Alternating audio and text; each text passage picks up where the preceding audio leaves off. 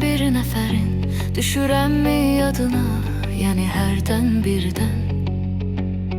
Kim ona məndən danışıb, ona xatırladacaq məni hərdən birdən? Min dərdin sevdalar bir çarəsi yox, loğmanlar bir çarə qılmaz dedilər. Olmaz dedilər, olmaz dedilər. Olman sənə yer, olmaz dedilər. Olmaz dedilər, olmaz dedilər. Olman sənə yar, olmaz dedilər. Qalmaz dedilər, qalmaz dedilər. Ondan sənə yar, olmaz dedilər. Mən görəsən bir nəfərin düşürəmmi yadına, yəni hərdən birdən? Kim ona məndən danışıb, ona xatırladacaq məni hərdən birdən?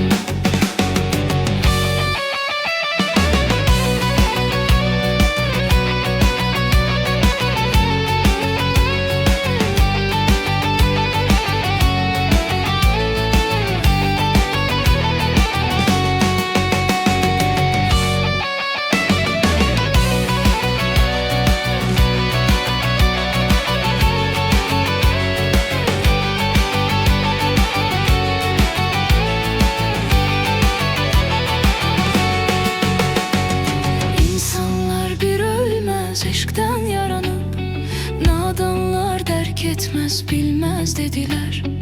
İnsanlar bir sonsuz eşkdən yaranıb, nadanlar dərk etməz, bilməz dedilər. Sevməz dedilər, sevməz dedilər. Qəlbi daş insanlar sevməz dedilər. Ölməz dedilər, ölməz dedilər.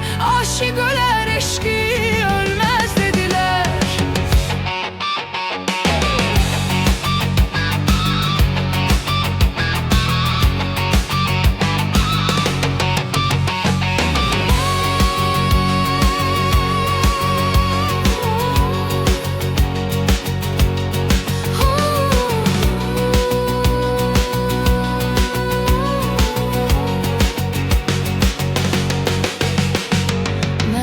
Görəsən bir nəfərin düşürəmmi yadına, yəni hərdən birdən?